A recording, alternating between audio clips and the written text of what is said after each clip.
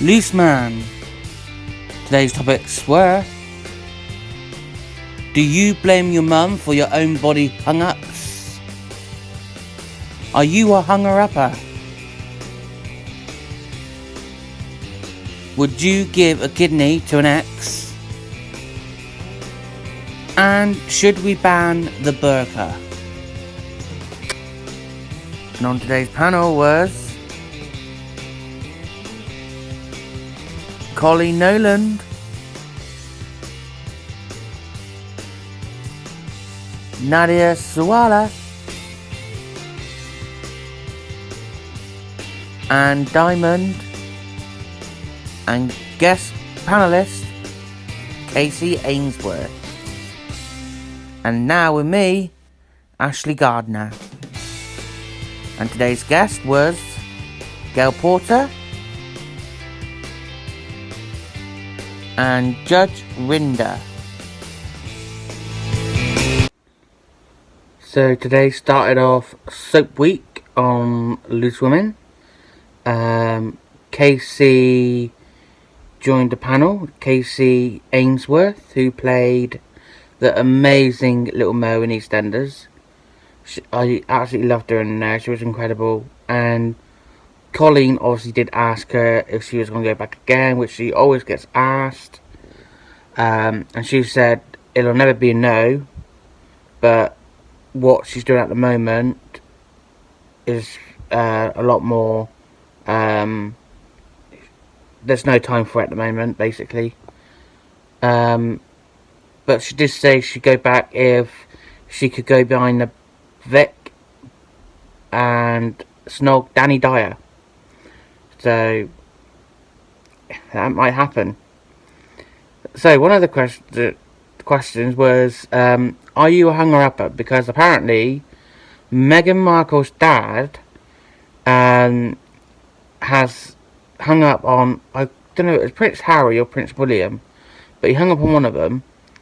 Nadia said she loves it. Knew she would. Anne said she hasn't done that, but she has tipped a plate into someone's lap before, which I was quite surprised with. I've never ever hung up on someone, and I never will, unless, you know, they're really pissing me off. So next was, would you give a kidney to an ex? Kacey said she would, because her mum went through kidney disease and sadly lost her 2010, I think she said. It was such a touching story she told. Her mum wouldn't let her or her sister do a test to see whether it's a match for kidney, because she had children and she was saying she's had her life, now you're going to live yours and all this, which is quite upsetting, really. She must have been such a strong lady. I don't think it should matter whether it's an ex or no. I think it's a serious illness and they could die, so I give my kidney to anyone who's dying. Because you can still live life with one kidney. So, and then Judge Rinder came on to talk about what he found out on Who Do You Think You Are, which is on tonight on BBC One at 8 or 9 o'clock, I think it is. He found out shocking history on his family, and he said that it was the biggest gift he could ever get, and he found out his great-grandfather had serious mental health battle. I absolutely loved his suit today. Really nice suit. He was meant to go during the break, but he didn't. He came back. He stayed because he was telling Coleen that he has someone lined up for her. So that'd be interesting. I really hope she finds someone just for her personality alone. And then she turned around and said she's not looking for a marriage, she's looking for friends to benefits. So if there's anyone out there, go and tweet her. And then they were saying about this bone broth diet. Are fad diets eating disorders in disguise? I really, really hate all these celeb diets. As you can see, I think you should just eat what you want, when you want. It's just about portion size and exercise. Because a 10-year-old has said he feels a slave to his 17 stone weight. They were discussing whether parents' relationship with food filters down to their children, and can have a negative impact. Do you believe we get our body hang-ups from our parents? Did your mum or dad say something negative that impacted on the relationship you have with food and your body? So they done a poll on this, and so the question was, do you believe we get our body hang-ups from our parents? Or no, it was, do you blame them? Do you blame the mother? And the poll read out that 71% said no, which is really good. 29% said yes. I'd take over my dad's side, because everyone on his side is big built, his family. My dad and my uncle started losing their hair when they was really young, like I am. And so I'm 24, and people think I'm twice my age. One of the reasons is because me losing my hair. So I can't wait to start at the gym on the 3rd of September, just because it's free. But yeah, I can't wait. And then Gail Porter come on to show off her new wig after suffering from alopecia for years now. And she's been bold on telly for 13 years. And she came out with her hair, and she looks incredible. At the end of the day, if she's happy, it's really weird to see her with hair. But as long as she's happy and her family's happy, it shouldn't matter what others think. She looked amazing. It must be so emotional for her, and it must feel so strange for her. But she's getting used to it, which is really nice. I can't wait to see what other wigs she has.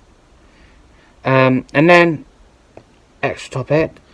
The Conservative Party's investigation into Boris Johnson's controversial comments over the burqa cannot be a whitewash, the Muslim Council of Britain has said, which is MCB. Following the former Foreign Secretary's comments, the Muslim women who wear the burqa look like letterboxes or bank robbers.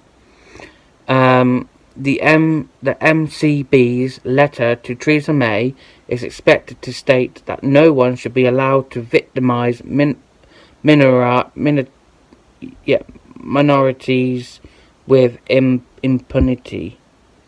MCB said the Tories can't ignore the consequences of Mr. Johnson's words, and over the past week, according to Tell Mama Project, which monitors anti-Muslim violence, said there has been an increase of abuse aimed at women wearing the niqab or hijab. And last night we seen Boris come out of his home to give the press a cup of tea. Now that is very, very British of him to do that. Which I quite enjoyed. That was, even though he's got all of this going on, he still finds time to make a cup of tea for the press, who's been outside his house for God knows how long now. And also over the weekend, his dad Stanley has said that he should have gone further and asked for a ban. do you think we should ban the burqa? Because we've banned hoodies and that from going in shops about covering faces, and men can't go in a shop with a t-shirt off. It's got to be on. So I know they got beliefs, but then why should they have the right to cover their face when we can't do, like, we got our rules, so they should stick by them. If you don't wanna reveal your face, then go back to your own country. But you know, I do think he should apologise for the comments he did say. But I agree with Stanley. I think they should ban him. Don't get me wrong. I have nothing whatsoever against them, but if we go to their country, we got to stick by their rules.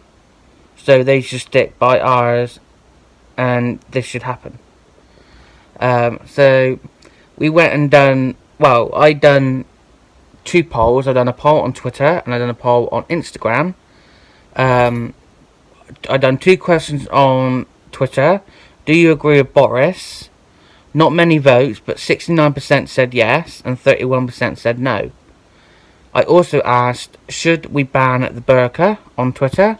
71% said yes and 29% said no. And on Instagram, I done 3 questions, 3 polls. Do you believe your mum? Do you blame your mum for your own body hang-ups? 83% said no, which is good, and 17% said no. Yes. No, sorry. No, 83% said yes, no, and 17% said no. And next was, should we ban the burqa? 57% said no, and 43% said yes. And then I said, do you agree with Boris Johnson? And it was 50-50. So it's completely different percentages on Instagram and Twitter. So, yeah, that's it for today. I'll see you tomorrow.